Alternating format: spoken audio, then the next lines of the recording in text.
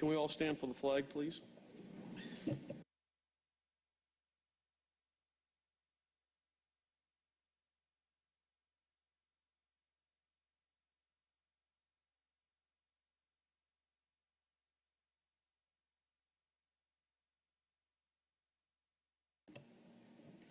Welcome, ladies and gentlemen. Tonight is the zoning subcommittee of September 12th, 2018. Madam Clerk, shall we have the roll call? Roll call of the members of the zoning subcommittee. Councilor Morabito. Here. Here. Councilor Patch. Here. Here. Councilor Rizzo. Here. Here. Councilor Zambudo is absent, and Chairman Rotundo. Present. Here. Quorum is present. Thank you, Madam Clerk. I'd like to start with the following motion of Councilor Keefe. It's 18-231 regarding short-term rental ordinances, or shall we call it the Airbnb ordinance, just so that people understand what we're talking about.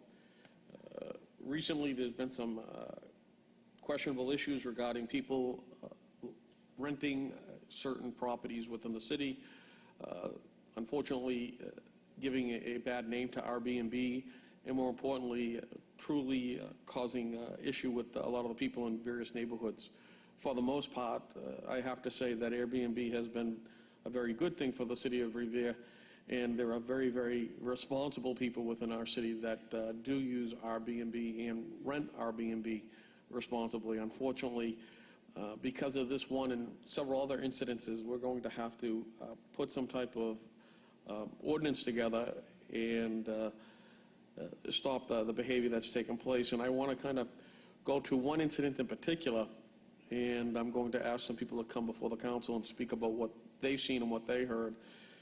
Several weeks back, there was a rental within the western part of Revere in which this property was rented basically as a, I don't want to say flop house, but as a party house. And that people were actually coming in from every which way looking for this particular property so that they could go there and have a party. Not to come here and go to Boston and go to the Freedom Trail or go to the Constitution or go eat down on Hanover Street or enjoy Revere Beach, but to come over there and get drunk, have a party, and basically do whatever the hell they wanted. To the point that I was told that some of these, quote, party goers were on top of the roof of this person's property with cases of alcohol, and not only just causing true ruckus, but endangering themselves and those people within the area. So with that said, if anybody in the audience would like to come up and speak about that particular event or any of their events they've seen thereafter, I'd greatly appreciate it.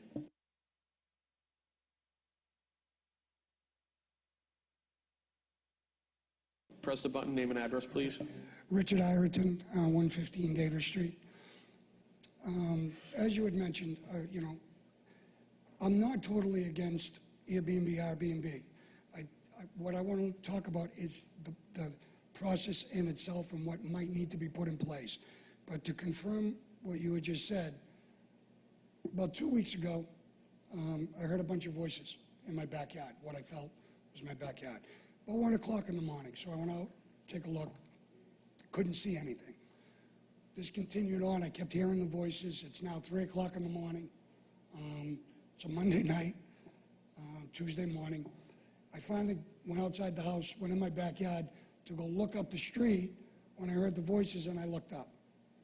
And there were 8 to 10 people on the roof of the house. I don't know the ages, but very young. And I could see 2 cases of beer up there. And they were sitting there having a party. It's this type of use that gives Airbnb a bad name. But I also believe that as a body, and the city itself has to look at, where these should be. Some kind of ordinance put in place that a single-family home in a residential neighborhood is not a destination vacation resort. I understand these people are renting it and they're on vacation. We're not. At 4:30 in the morning, I went out, got in my car to go get my coffee. and they're still up there, and they're still drinking. Most recently, last Friday night, I didn't hear this because I'm in the front of my house. One of my family members had to go outside at around midnight and ask them, please, you have to quiet down. Now, we don't want to call the police. We're not, in that neighborhood, we've never had to do that. I didn't call the police that night. I could have. We want to try to be a good neighbor, but there has to be some kind of ordinance or guidelines for these type of what I refer to as daily rentals. These were clearly young. This went over 3 days. It wasn't until almost Thursday that the last person left. And they were coming and going at 3, 4 o'clock in the morning. Now, I get it, if you're in a hotel room, that's fine. That's what the hotels are designed for. Not a single-family home in a residential neighborhood in what I consider to be one of the finest neighborhoods in the city. I mean, it is we've all lived there 50, 60, 70 years. And if the original people aren't there, their family is, their children, their nephews. We take care of each other. We look out for each other. We always have. I have, my sisters have, my next door neighbors have. The home directly across from me was just recently remodeled. Wonderful people. They live there. Even the tenant, you don't hear a word out of them. But as soon as you give that the ability to rent on a daily basis, New York, Philadelphia, Connecticut, Rhode Island, Vermont, I mean, I should say Pennsylvania rather instead of Philadelphia, they're coming in from everywhere. We don't know who they are. We have no clue who these folks are. And we could see right up, I could look in, they're all in the kitchen, they're up on the roof. This is a problem for an area like mine. And it may not be a real problem right now, although it's certainly an inconvenience. I can see this growing into a bigger problem. And I really appreciate Councilor Rotundo and the body for taking this matter up and letting people speak on it. Going forward, I see this as being a real problem. How you guys deal with that, that's up to you, but we need your help, and that's what we're looking for. Thank you for your time.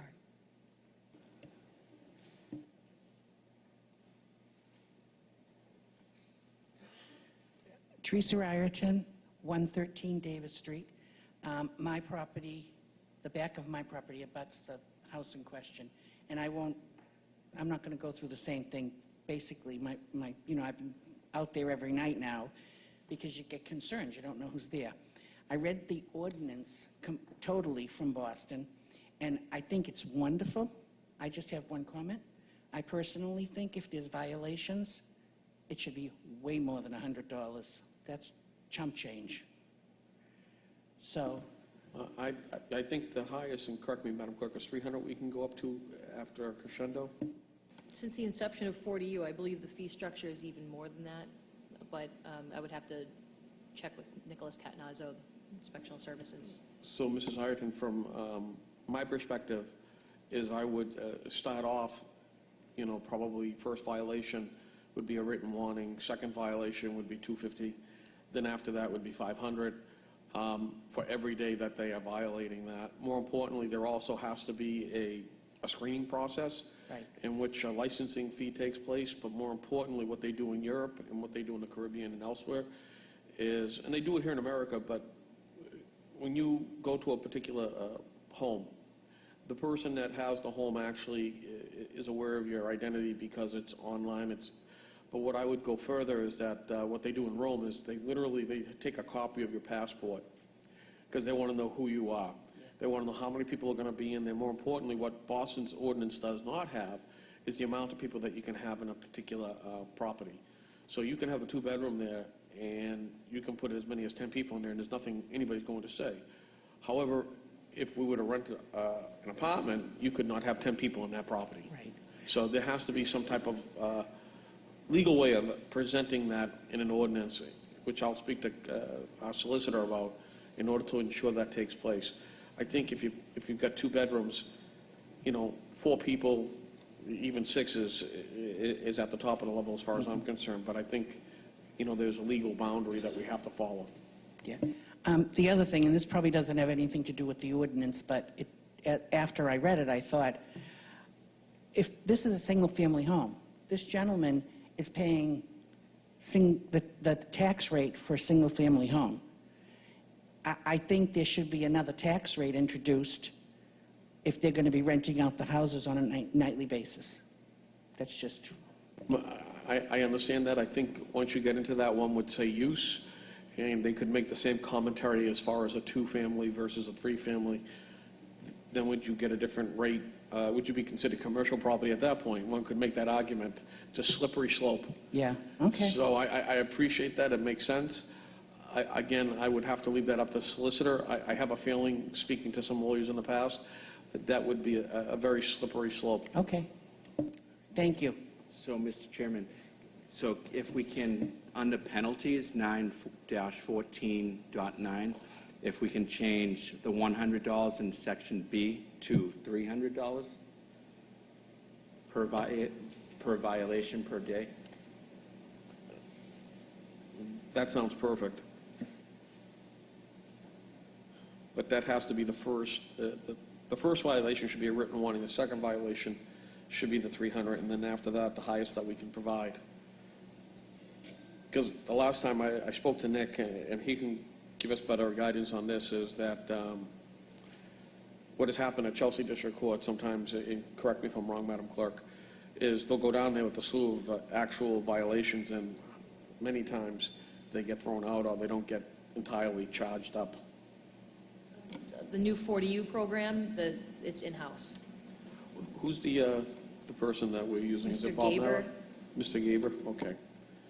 So, what do you figure the top, do we know what that top number is?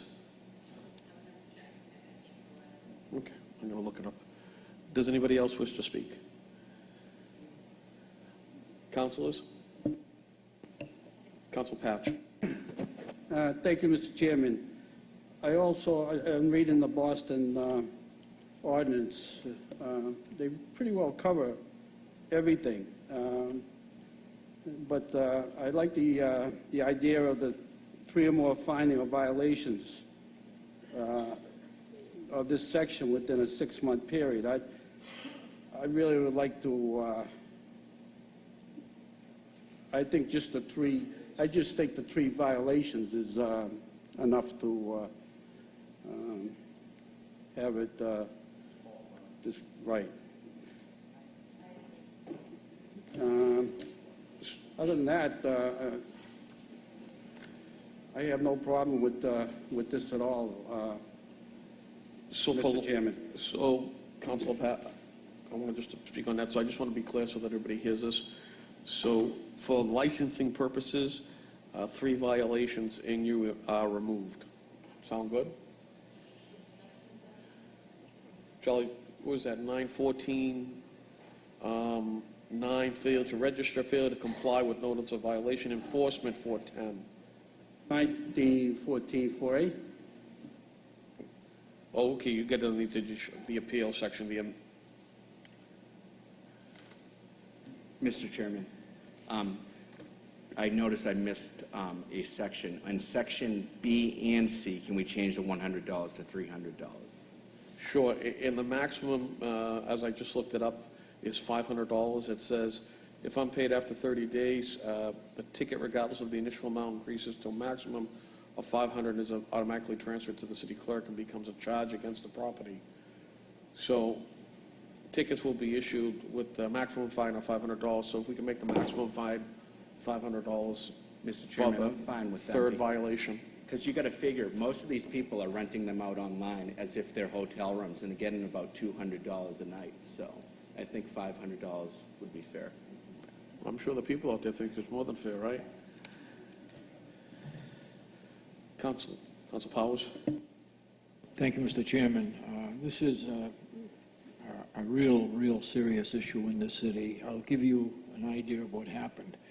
I had a call from a resident on Chalmette Street about 2 years ago, and they were beside themselves. There were 3 people who had flown into Logan Airport from Paris, France, to rent a room that they suspected was some type of a hotel and they were standing there with their luggage. I mean, this is insane.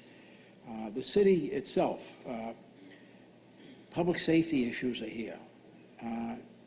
We're building hotels in the city, and we're building hotels to raise revenue for the city. And the more these places are allowed to operate, we're losing the room excise tax, which can be considerable in any of these cases. No one's collecting room excise tax. No one's turning it into the city. And as a result, the hotels are suffering in the city from this. So I would hope that anything we can do here is dealt with severely and strongly, and we make an effort, a real concerted effort to eliminate these problems in the city. Thank you. Council Powers, just to kind of point out for you, because it actually slipped my mind too, 914.7, there is a room occupancy excise tax to fit your needs that you speak about, and I think that would be something that we need to apply as well, and I agree with you, and we're going to apply it. And at this point, there's a very simple thing, and it'll actually help raise a lot of revenue. In part, we also need to look at it as a positive, but we have to find the correct people that are doing the proper things. I can think of several of them off the top of my head where they do a bang-out job. They're down in the Shirley Ave area, and I'll tell you, it's truly a good thing the way that they operate. It's truly a horrible way that the people in West Revere had operated that night at 1:30. Councilor Rizzo. Thank you very much, Mr. Chairman. I think the Boston ordinance, if we were to mimic most of what they have and then change it to fit our needs, probably works. I just want to say, while we're here in subcommittee, you can't stop progress. The taxi drivers were upset when Uber came in, and I know we're building hotels, but Airbnb is here, and communities across the country are trying to find ways on how to deal with it.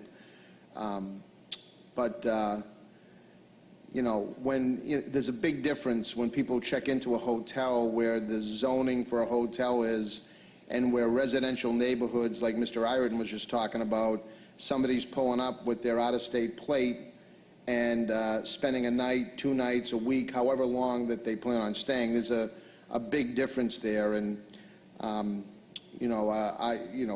just fundamentally the way that it impacts our neighborhoods, especially when you have some unruly tenants or occupants, you're going to have some trouble. And I think over time, that was kind of a disturbing story to hear, where you had young people, partying in all hours of the night.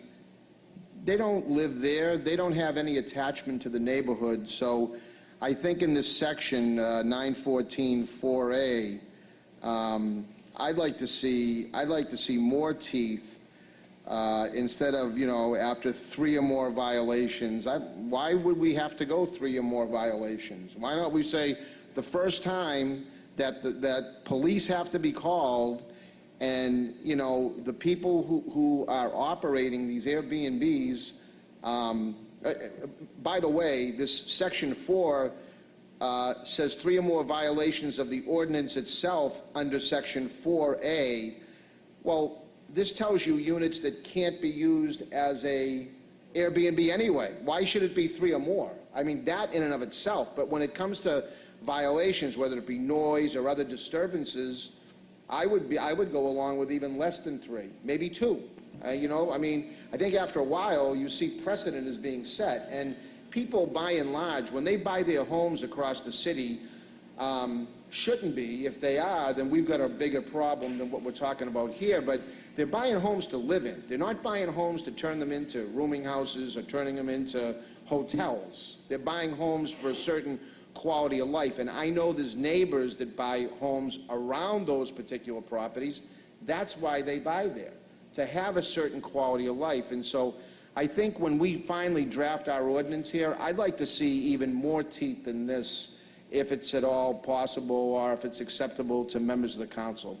That's all I have to say, Mr. Chairman.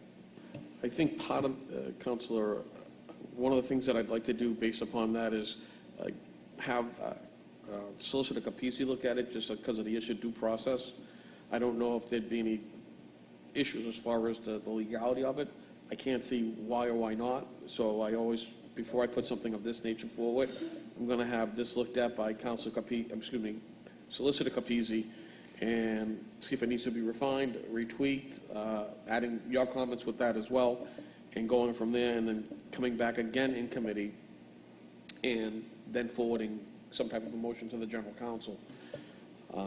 Purposely, there are several sections that I'm concerned about, as far as 1914A,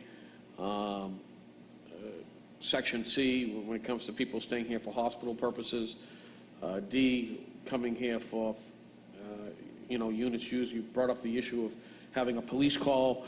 Someone, God forbid, is there because of hospital stay, and then they have a police call, and then 911 carries out, ambulance service that can be misconstrued. Someone could actually utilize that as a contrary, when actually the person probably needed, care. So those are the things that we kind of need to be cognizant for. I know what you're talking about. You're talking about somebody actually malfeasance-wise. Just, I want to make sure that we have the language appropriate, so that way we don't have to fall back, a year from now and we'll go into court for a couple $100,000 over something we could have fixed by taking a little bit of time on. Is everybody comfortable with that? You over there on the right, Council Morabito. Sound good? Yeah, I think I have a question based on, we have over 300 realtors in Revere, and me being one of them. And I'm looking at it, I would like to get a ruling by the solicitor seeing how does this affect at-will leases? Like, for instance, because someone could have a lease and basically leave within 25 days if they wanted to, if it's... So I'll give you my take on it, knowing what has happened in several properties. Let's say me and Dan, we rent, a multi-million-dollar property at the Millennial, and we rent it for the whole year. We can then turn around and put that on Airbnb for $10,000 a night. And even though it's in our name, we still have a right to rent it. So, the law allows me to utilize that lease as long as it doesn't say anything within the lease that precludes me from doing that. That's an individual thing. Now, I guess my question is, who would be at fault? The landlord? Would it be the no, lessee? because, again, it comes down to use. Because if the contract says that they can do whatever they want with it, then they can do whatever they want with it.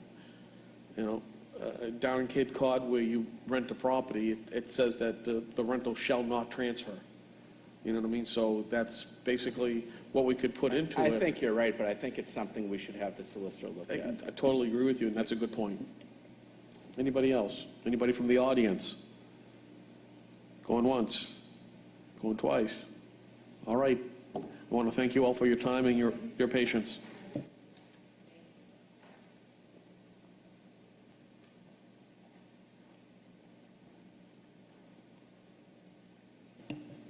Next issue is going to be CZ-18-06, an ordinance further amending the zoning map of the City of Revere, Section 1, Title 17 of the revised ordinance of the City of Revere and zoning map provided by Section 17.12.020 of said title is hereby amended by changing tax map 34, Block 46A, Lot 1, Morris Street.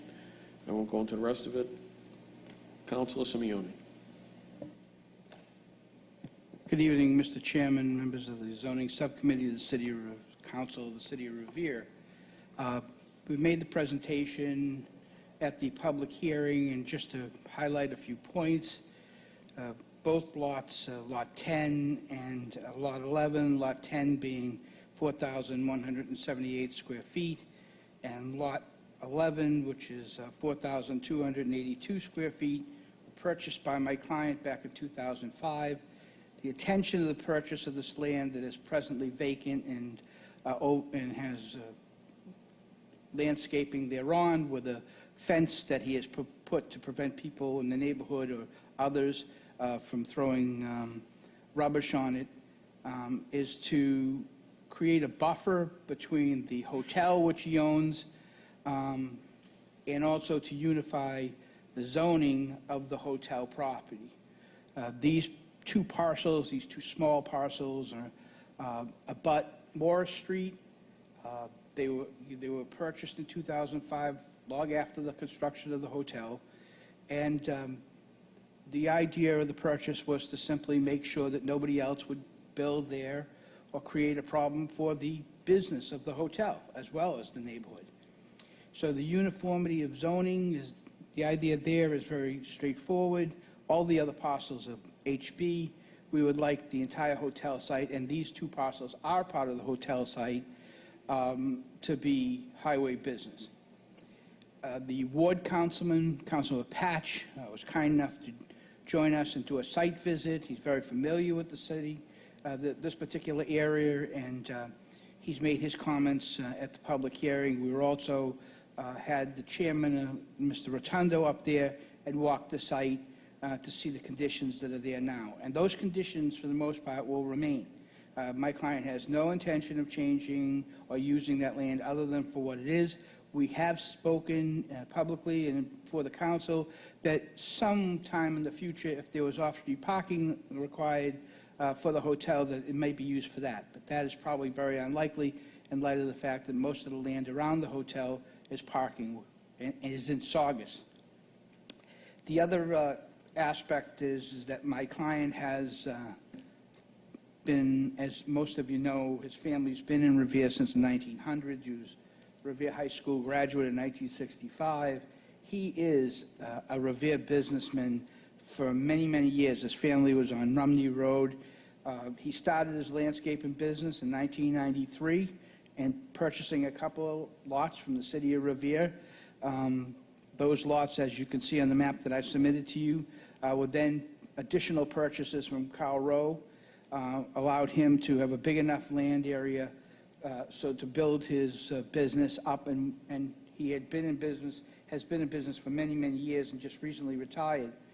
So leaving, I think he stopped doing the landscaping business in 1993. So in 1986, he went before this honorable council and went before the planning board of the city of Revere and got the land zoned highway business. And since that time, the hotel was constructed. Originally, it was 105 units. And then the next lessor wanted to have a Marriott franchise and went to 155 units. And that's pretty much where it stands. It's one of the first hotels, other than the one that was on Squire Road, that was built during that era. It was during the Color administration. We believe that this is in the best interest of the neighborhood because it will remain a buffer. No one will take advantage at some point trying to build it for residential uses, and will continue to be the status quo between the business, which is vitally important to my client as well as the city of Revere, because all the years you've been collecting taxes and room fees and all the things that the city wants from these institutions, and I think that's good for everybody. So I'd ask you to recommend to the full body this particular zoning change. I'll answer any questions the members may have. Thank you. Through you to any of the council. I'm going to start on the left, and Council Patch. Thank you, Mr. Chairman. Like I said in the public hearing, that I was in favor of this. After taking that walk around the area with you, I feel there's no way the change will impact the neighborhood at all up there. If anything, it's better to do the change to that they won't have any building on that piece of property. So again, I'll mention that Mr. Chairman, I'm in favor of it, being the ward councilor. Thank you. Council Powers, then Council Rizzo. Thank you, Council Mr. Chairman. Morabito. I agree with the ward council 100%. I had occasion 20 years ago to go up there when, I believe it was 20 years ago, when they were putting the addition on the building. I think Bob Hass was the mayor back then. And probably one of the cleanest facilities I've been in.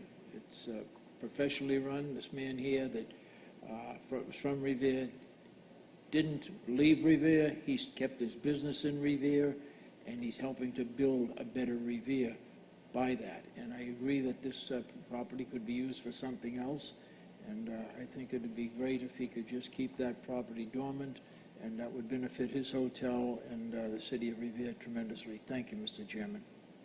Councilor Rizzo, then Marbuto. Thank you very much, Mr. Chairman. As we all know, we deal with developers all the time, and, some you can, know you can trust, and others you have to make sure things get down on paper a little bit more. Mr. Spinazzola has demonstrated over the years that he is somebody where a handshake actually matters. And not that we don't dot our I's and cross our T's here as a city, but we can feel very confident when we deal with Mr. Spinazzola and his family that their intentions are pure. My conversations with him have reassured me that he wants nothing more than to just maintain the integrity of that hotel and adjacent property. And I agree with Councilor Patch, who represents that area. If anything, this makes it better for the neighborhood. It makes it less possible for something adversarial to go up there. So, Through you, Mr. Chairman, to Councilor Rizzo, you're absolutely right, because moving it to highway business, the minimum lot size is much greater, 15,000 square feet. You would take these two lots and merge them into the hotel. So the goal is of my client, as you stated exactly to the point, is essentially a buffer in perpetuity to protect both the interests of the hotel and the neighbors. Mr. Chairman, thank you for that, Councilor. And, I have to say, it's the first time in all my years that I've ever been interrupted by someone when I was saying nice things about their clients. So I don't know. I was saying nice things. But I'm glad, Councilor Simeone, that you brought that up. That was my point, is that it becomes Absolutely. less possible for something to go up there that would upset neighbors and, in the typical way, usually by way of some sort of residential development. So I wholeheartedly support this amendment and, want to applaud once again your client, Mr. Spinazzola, for being such a credit to the business community in our city. Thank you very much. Councilor Marbuto. Thank you. I have the same comments as my colleagues to my left. This amendment is only going to better the neighborhood. It's changing the zoning from residential to highway business, and it's going to be a dormant piece of land. And I spoke to Mr. Spinazzola, and he does not plan on doing anything with that piece of land. And I couldn't see I went to visit the property, the lot, and I couldn't see anything being done with that land either. So I'm in favor of the amendment. Thank you. Thank you. That said, Madam Clerk, I'd like to accept the communication from Robert O'Brien regarding, Eugene McKenna, regarding his comments in the vote from the Planning Board. And I believe we also have other communication on the 29th dictating the zoning ordinance amendment of, that's another one altogether, so I apologize. So if we could take up this via roll call, and we'll put the communication on file, or shall we add it to the... Well, the city council by law could not vote on the ordinance change without recommendation of the planning board. Let's within a take certain their number of days. recommendation. Yep. So on the zoning map amendment for Lot 1 Morris Street and Lot 17 Teresa Ave, RB to HB, Councilor Morabito? Yes? Yes. Councilor Patch? Yes, Yes. Councilor Rizzo? Yes? Yes. Councilor Zambudo was absent. And Chairman Rotundo? Yes. Yes, there will be a favorable recommendation to the full city council on Monday, September 17th. Thank you very much, gentlemen. Thank you.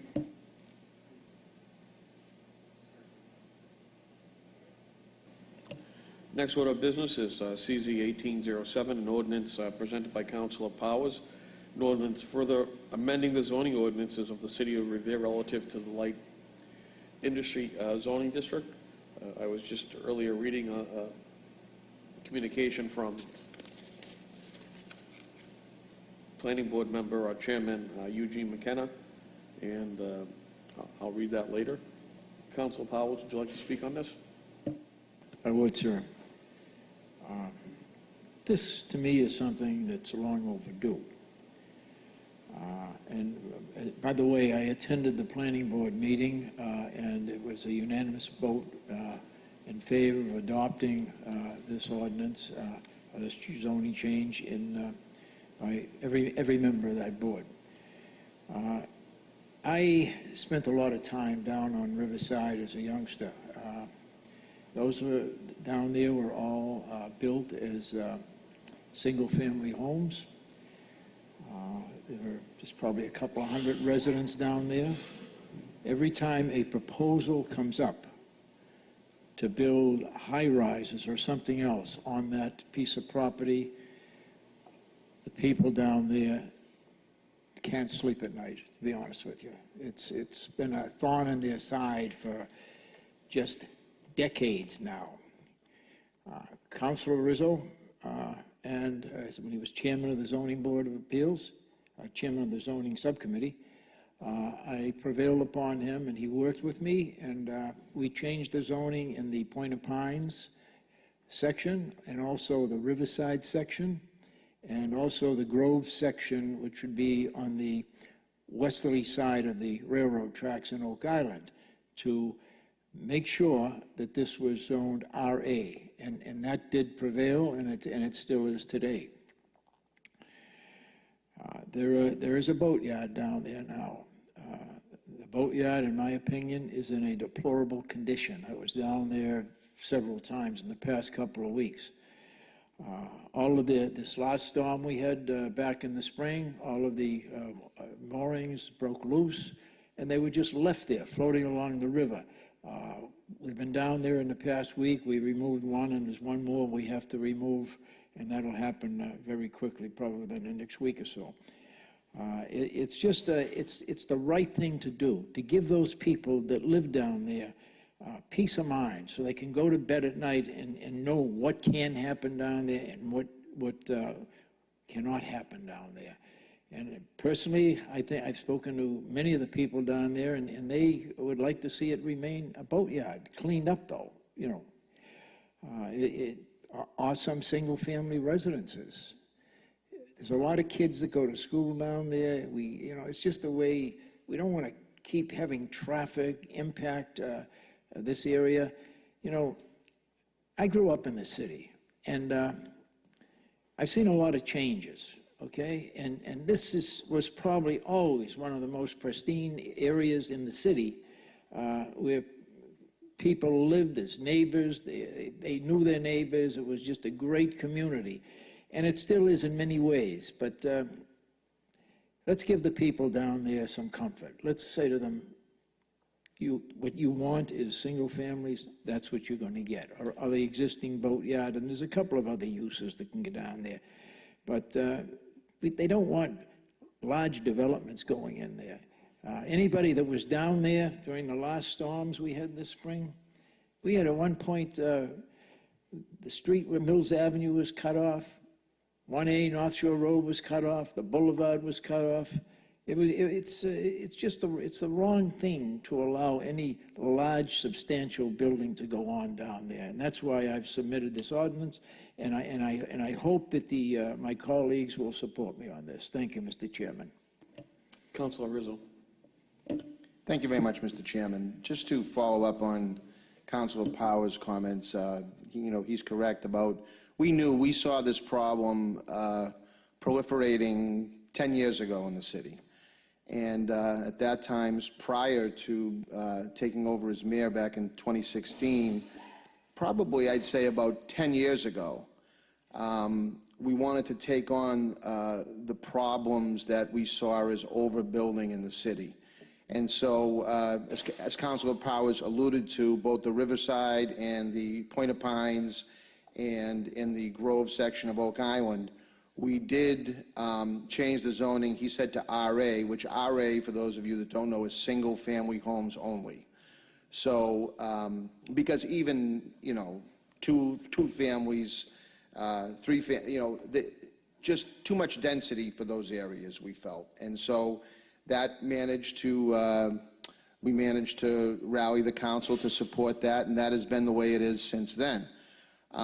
It's one of the reasons why I've wanted to master plan the city with respect to zoning, and this is taking certainly a piece of it and putting it in a way that makes sense for the residents that already live here. I think we do way too much to attract people here as opposed to take care of people that do live here. This is one ordinance change that takes care of people who actually live here, who have to drive back and forth to work and get back into their neighborhoods every night.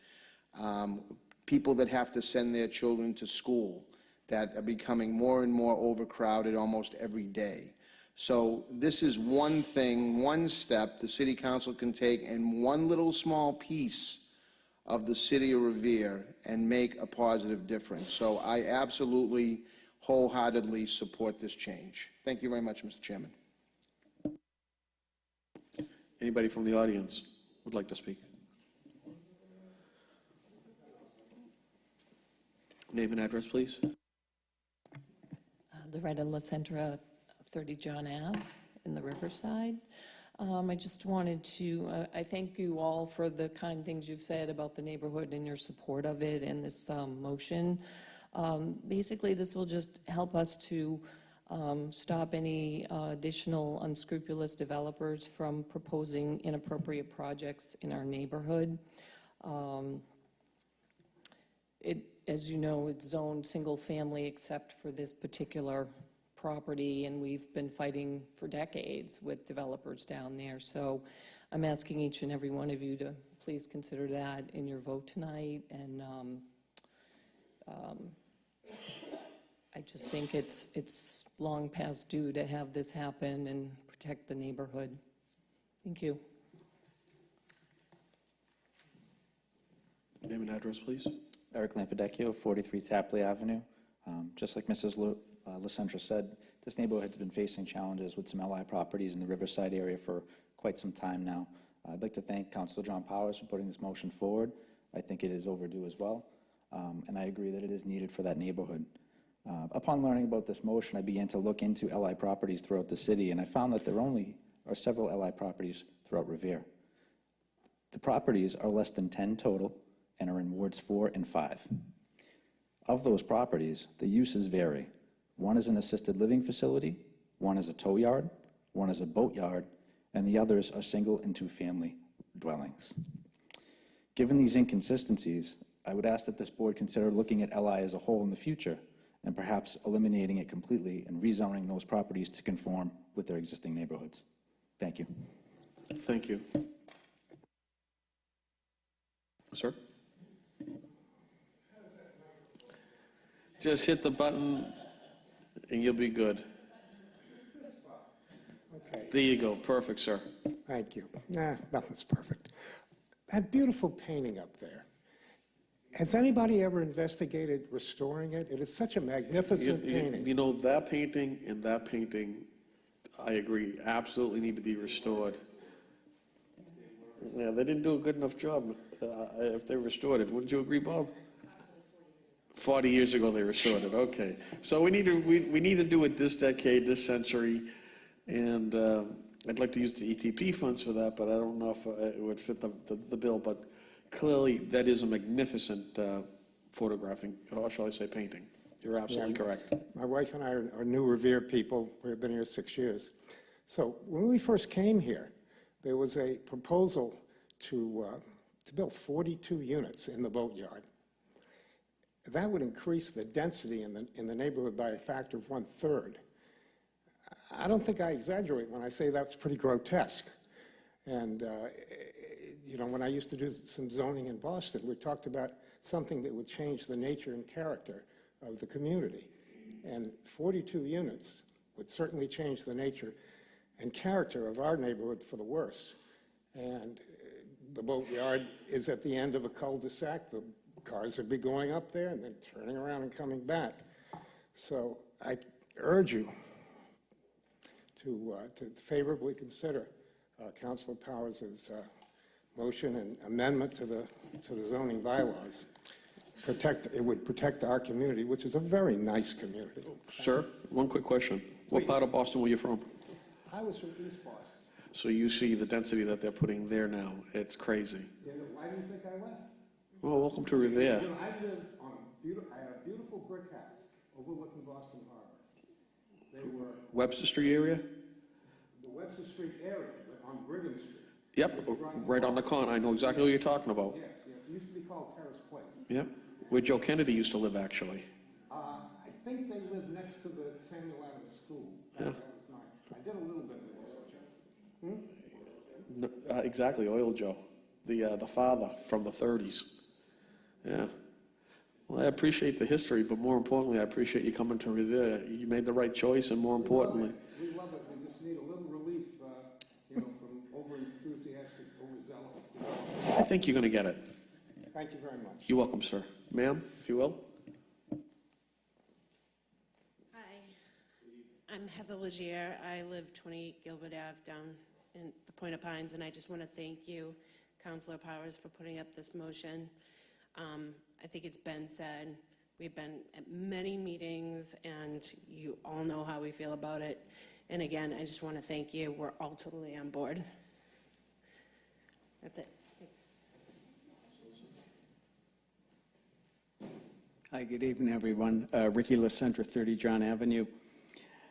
I've been in the Riverside for 64 years, and we've been fighting development down there for more than half my life, and this is an excellent motion, and I hope everybody please support it. Thank you. Thank you. Sir? Robert Logue, 19 John Ave. I as well would like to voice my support for Councilor Powers' motion. My concern has to deal with the flooding that the councilor alluded to, and raising the grade in that boatyard would cause flooding to further impact the existing neighborhood, and just something maybe to add to the piece of the puzzle.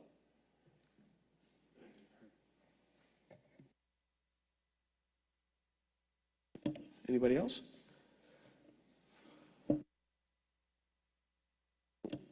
That said, excuse me. Ragweed, sorry about that. Frankly, this is a very simple issue. I am going to look into adopting RA for the other LI areas, because I can foresee one of the things that we were fighting in the past with Mrs. Hurley was the development of a property right by the bridge in which somebody wanted to put up, I believe it was 100 some odd units, and thank God that didn't go through. But the mirage is there, and I can see in the future somebody wanting to turn it into something other than what it is. And with that said, we probably need to do a little bit more research on that and figure out how we can affect that change. But as far as I'm concerned, I'd like to adopt the zoning amendments that have been presented by Eugene McKinnon, the chairman, as well as Councilor Powers. Madam? On the zoning change for the limited industrial district, Councilor Morabito? Yes. Yes. Councilor Patch? Yes. Yes. Councilor Rizzo? Yes. Yes. Councilor Zambudo is absent, and Chairman Rotundo? Yes. Yes, the zoning amendment will be forwarded to the full city council with a favorable recommendation. Mr. Chairman, if I may, on behalf of the residents of Riverside, Point of Pines, I want to thank my colleagues for this vote. Thank you. With that said, if there's nothing else on the table, which there isn't, I'd like to conclude the September 12th zoning committee meeting. I thank you all for your attendance, your attention, and God bless.